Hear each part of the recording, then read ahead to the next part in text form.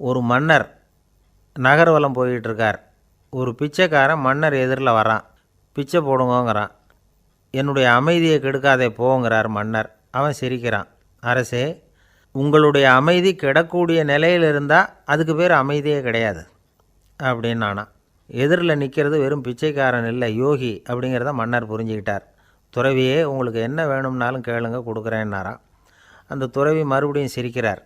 அரசே, உங்களால் முடியாததையெல்லாம் கொடுக்க முடியும்னு சத்தியம் செய்யாதீங்க அப்படின்னார். மன்னருக்கு கோபம் வந்துட்டுது. என்ன இவர் இப்படி சொல்கிறாரே அப்படின்னு நினச்சார். நகர்வலத்தை பாதியிலேயே நிறுத்தினார். வாங்க அரண்மனைக்குன்னார்.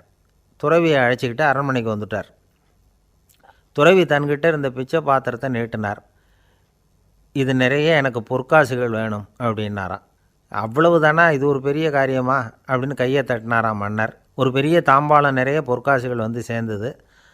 அதை அள்ளி போட்டார். போட போட அந்த பிச்சை பாத்திரம் நிரம்பவே இல்லை. பொற்காசுகள் போட போட அவ்வளவையும் உள்ளே வாங்கிக்கிட்டே இருக்குது.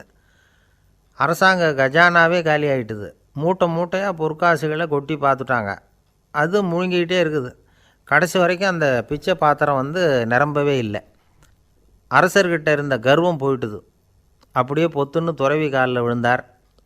அப்போ அந்த துறவி சொன்னாராம், மன்னா, இந்த பிச்சை பாத்திரத்தை உங்களால் மட்டும் இல்லை, வேறு யாராலையும் நிரப்ப முடியாது. அதுக்கு என்ன காரணம்னா, இது வந்து சாதாரண பிச்சை பாத்திரம் இல்லை, பேராசைகளோடு வாழ்ந்து செத்துப்போன ஒரு மனிதனின் மண்டை ஓடுது அப்படின்னாராம். பாருங்கள், இதுதான் அந்த சுஃபி இலக்கிய கதை. செத்த பிறகும் நிறைவு இல்லைன்னா அது எப்பேற்பட்ட பேராசையாக இருக்கும்னு யோசித்து பார்த்துங்க.